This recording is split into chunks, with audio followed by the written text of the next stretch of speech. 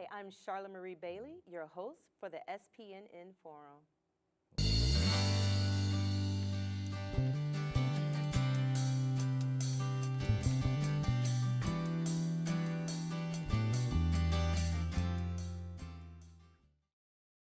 Welcome back. I'm Charla Marie, and I'm sitting here with Benny Roberts from the Hallie Q Center. Welcome to the show. Thanks for having me. You're welcome. So please tell us about who you are and what it is that you do at Hallie Q Center. Yeah, thank you. So, again, my name's Benny Roberts, born and raised in St. Paul. I'm a third generation descendant from the Rondo community, also a third generation participant of Hallie Q Brown services. Nice. And so I'm really excited to say that I am currently the executive director of Hallie Q Brown Community Center. I'm the 7th in our history, and we are a 96-year-old settlement house organization. That's wonderful. 96 years. Yeah. I had no idea. All right. So can you tell us who Hallie Q Brown is and how this center came about? Yeah, so Hallie Q Brown was a revolutionary civil rights leader. She was big on women's rights. She was an author, a speaker. She traveled the world also fighting for humanitarian efforts and issues. She was also known as an elocutionist, somebody that wrote speeches, and she was a dynamic person. And so she was behind a lot of the civil rights movement, like research. She was a person that was prominent in history for human rights. That's wonderful. Yeah. And was she from the Rondo community? No, she actually, I believe she's from Ohio and by way of Pennsylvania. And so I think her family ended up in Wilberforce, Ohio. And she has like a library or something named after her there. But she was named after a contest for the Hallie Q Brown Center when the work was being done in the community. About 1908, the African American community was being denied services in St. Paul, and so the community took it upon itself to make sure that they build an infrastructure to make sure the needs get met, that somebody's taking care of the elderly, somebody's giving the baby something safe to do, and also like for those who are hungry, those who don't have, that those needs are being kept. So it was work that was happening for a while to the point where they felt they needed to incorporate and have an institution of their own. They did a competition in the community to who they should name it after, and it was a college student that actually researched Hallie Q Brown and selected her. Awesome. Yeah. Okay. And you guys are located in the Rondo community in St. Paul. Yes. And you actually, for theater goers out there, you're in the same building with Penumbra. Yes. Yep. So can you tell us about that relationship between Hallie Q Brown Center and Penumbra? Absolutely. Our stories are entangled in a very beautiful way. Penumbra is actually a byproduct of Hallie Q Brown programming. Early on in the year, in the early years of Hallie Q Brown, they realized that sports and art are amazing vehicles for kids to learn how to be on a team, how to learn leadership, how to have self-expression, how to find your voice. And they've always had artistic programming, but in the early 70s, Hallie Q Brown received a grant to help expand art programming. And at that time, Lou Bellamy was a staff member at Hallie Q Brown, and he was fresh out of the University of Minnesota, I believe.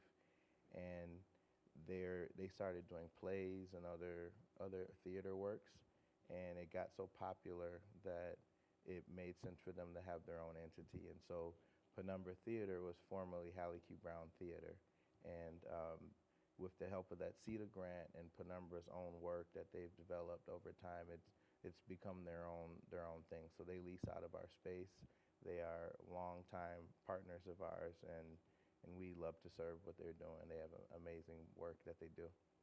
That's wonderful. The more you know, because Yeah. I never knew that until today. Yeah. Thank you for sharing that information with us. Yeah, I'm a lot older than I look, you know.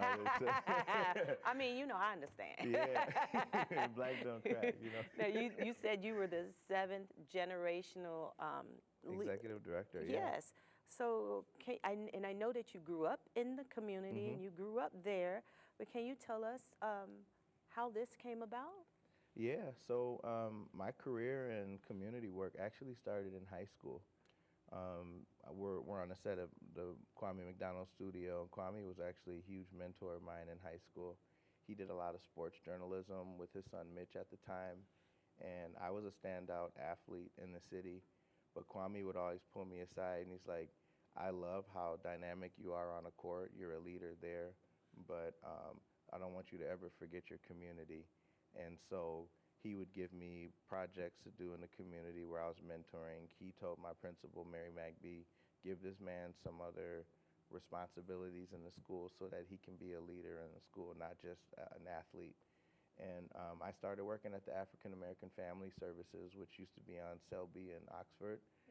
And that's where I got my career start, where I was doing peer education work for teen pregnancy prevention.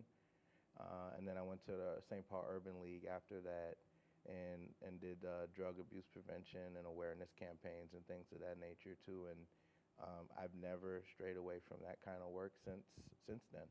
So it's been 23 years of doing that work in the community. Never saw myself as being the person in charge, the face of an organization. But my pathway has kind of led me to that, where the work focused on the community and the diligence, and that became noticeable, and people would give me more responsibility over time. Okay. Yeah.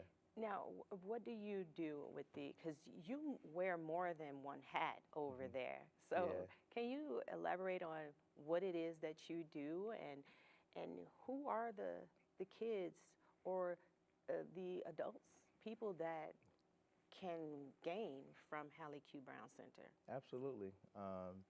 So leadership looks different in every situation, but the leadership position that I was appointed to as the executive director is, fundraising, representing our organization in the community. When there's, tragedy or devastation that happens in the community, people still to this day look at Hallie Q Brown as that gathering space to convene. Um, they really look to us as a vehicle to bring light back to the community. They've long been known as the lighthouse of the community for 96 years. But my day to day is everything. The way that I lead, I'm a servant leader. I roll my sleeves up and I do what needs to be done around the office. So I've shoveled, I've changed diapers, I've gone on runs for our elders to make sure they have things. I've planned events.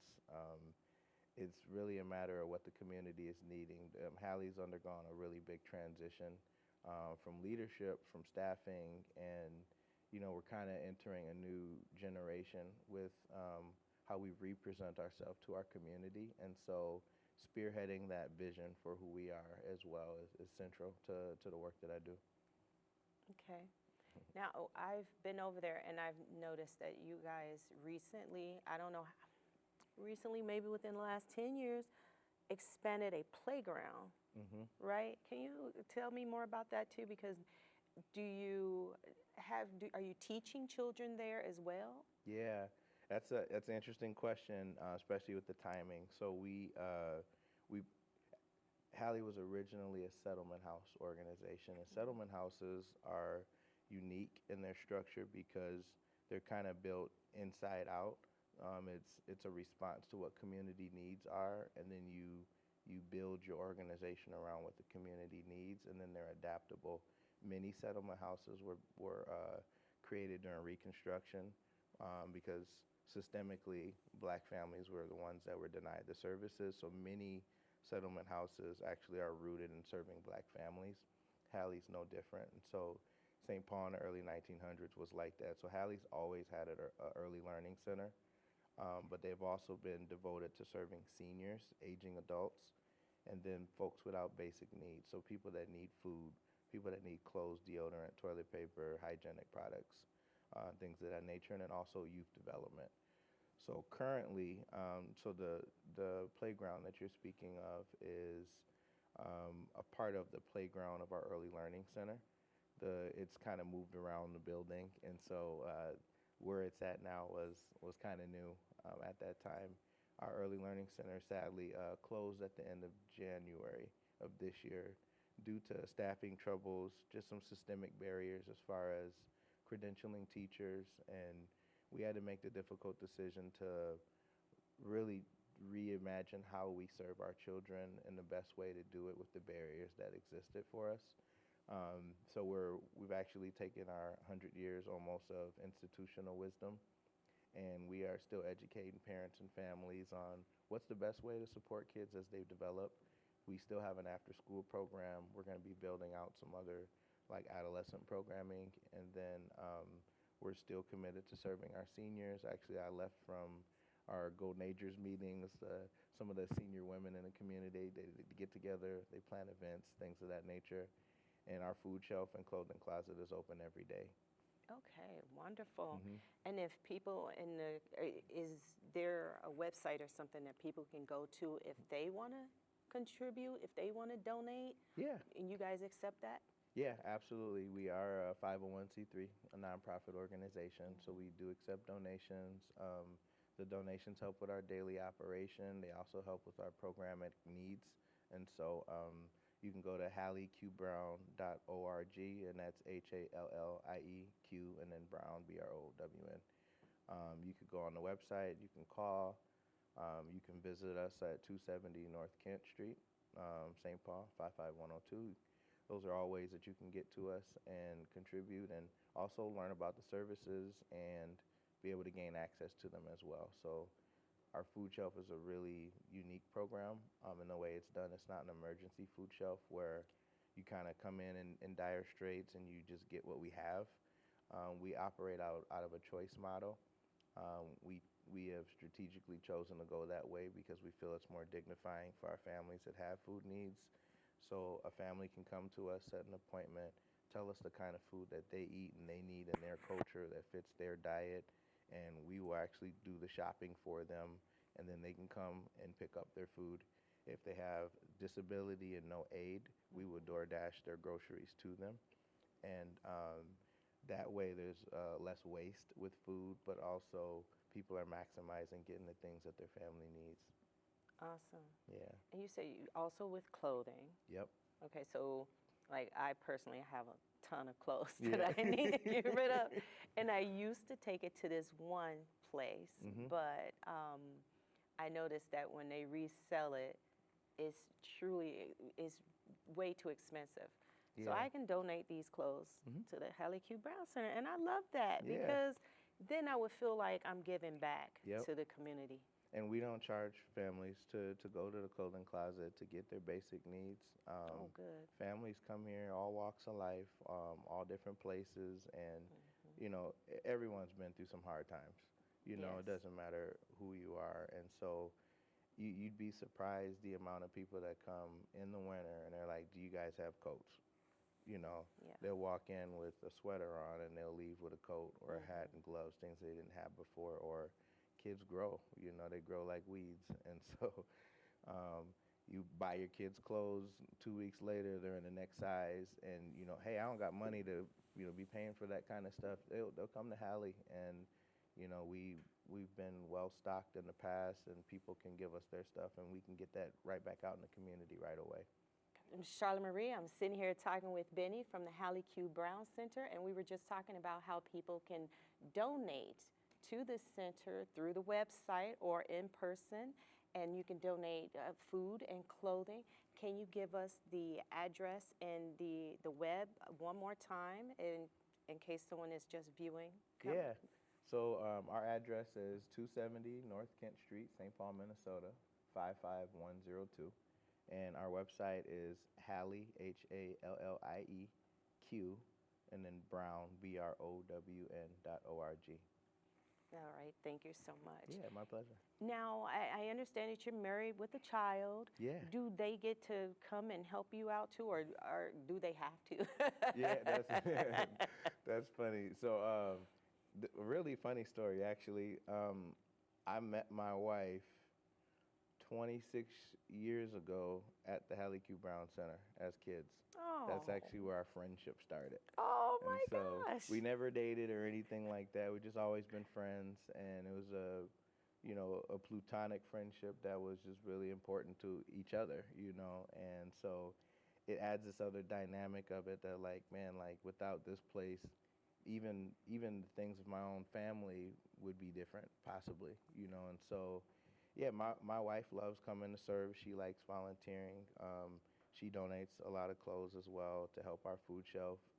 My daughter, she's a daddy's girl, and she does everything with me, like Nice. everything.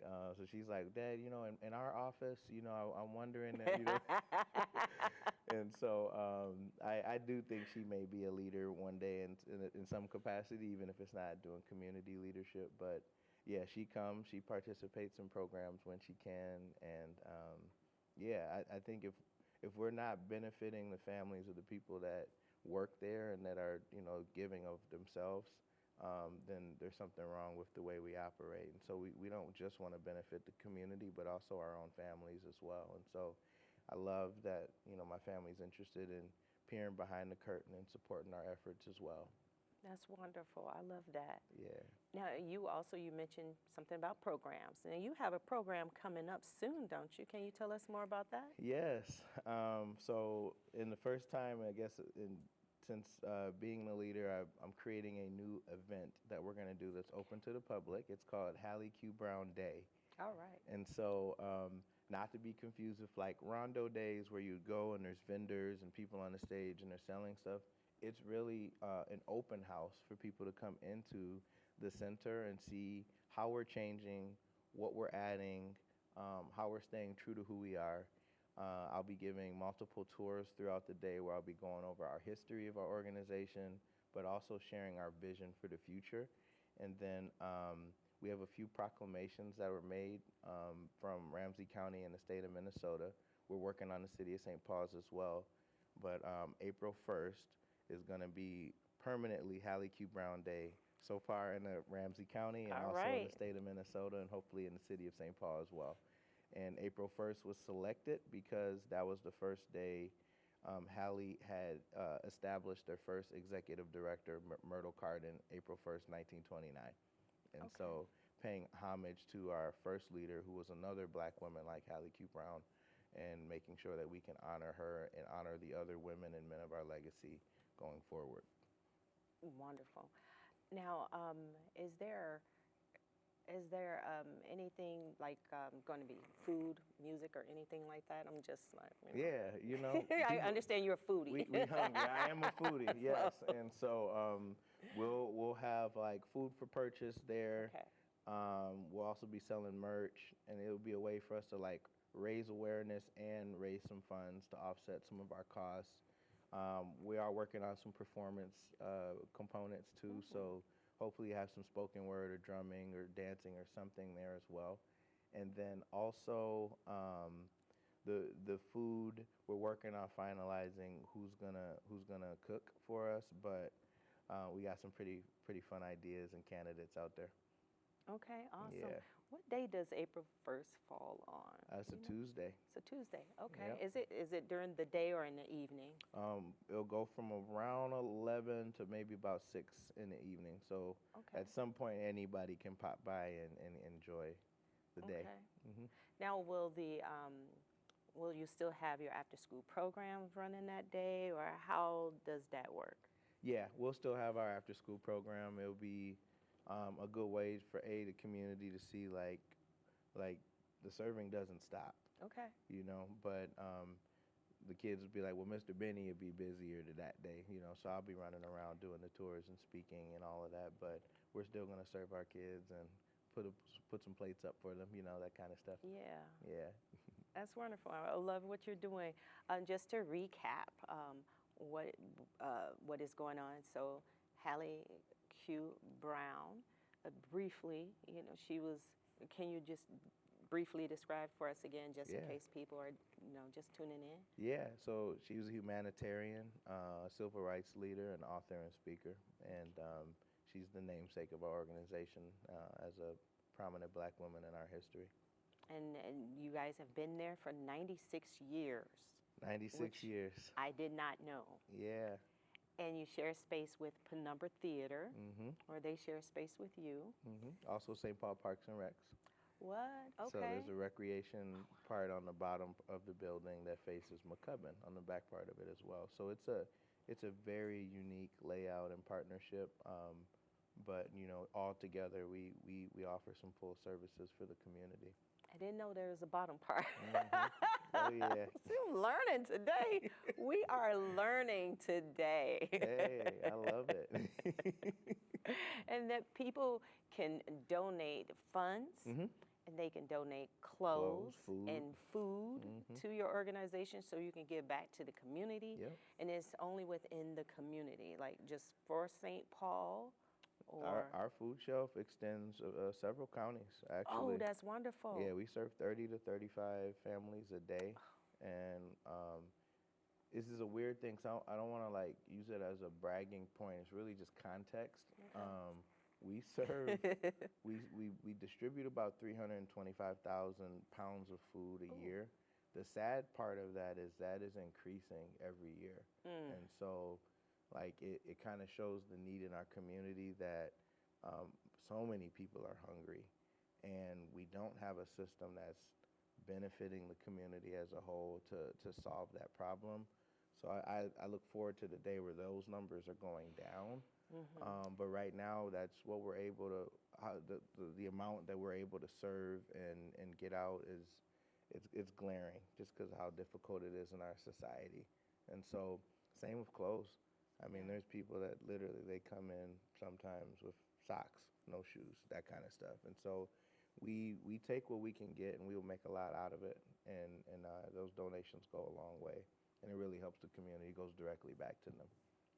I love that. Okay, Yeah. so Mr. Benny, because you say that's what the kids call you, over at the Hallie Q Brown Center, 270 Kent and St. Paul. And it's HALLIE Q Brown. .org. Okay. Yep. And you can go there to find out more information about how to donate funds, food, and clothing. And also, they're going to have an event coming up called Hallie Q Brown Day on April 1st, which is a Tuesday. And you all have an after-school program, and you are the executive director who wears multiple hats. And you say that you are a servant leader, meaning that if you got to roll your sleeves up and get in there and shovel or serve or help out the elder community as well as the younger community, these are all the things you do. You met your wife there as when you guys were growing up, and now you have a daughter who's also sharing the office with you, pretty much, right? Yep. So, is there anything that I'm leaving out? Only thing left is really where we're going. Awesome. And I have a big vision for where we are going in our future.